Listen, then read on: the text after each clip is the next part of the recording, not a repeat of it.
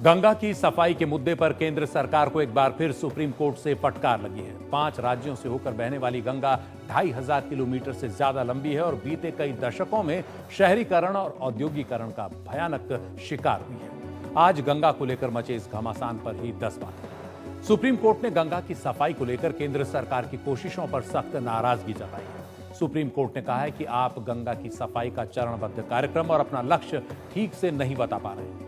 केंद्र सरकार ने अपने हलफनामे में जानकारी दी है कि गंगा की सफाई 3 अलग अलग चरणों में 18 साल में पूरी होगी, जिस पर हजारों करोड़ रुपए खर्च होंगे।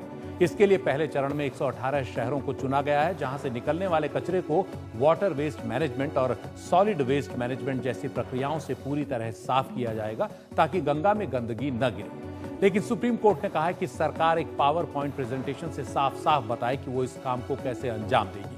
कोर्ट ने कहा कि ऐसे बड़े प्रोजेक्ट्स के लिए ई श्रीधरन जैसी सोच वाला कोई विशेषज्ञ चाहिए, जिन्होंने मेट्रो प्रोजेक्ट को अंजाम दिया। सुप्रीम कोर्ट ने कहा कि अगर उद्योगों से आने वाली गंदगी को ही रोक दिया जाए तो गंगा 30% साफ हो जाएगी। लेकिन राज्यों के प्रदूषण नियंत्रण बोर्ड इस दिशा में कुछ नहीं कर रहे। कोर्ट के मुताबिक जिन्हें प्रदूषण रोकना चाहिए वो अपना काम नहीं कर रहे हैं और वो रिश्वतबाजी में उलझे हुए हैं। ऐसे लोगों को अब सजा होनी ही चाहिए।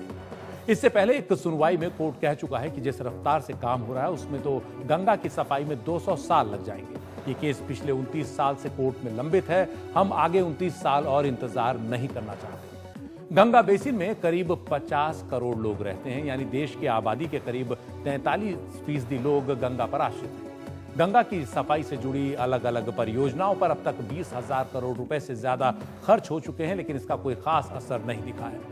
चुनाव में गंगा की सफाई को मुद्दा बनाने के बाद मोदी सरकार ने गंगा से जुड़ा एक अलग मंत्रालय ही बना दिया है और सफाई के लंबे चौड़े वादे किए हैं। देखना होगा कि इन वादों पर कब तक कितना अमल हो पाता है।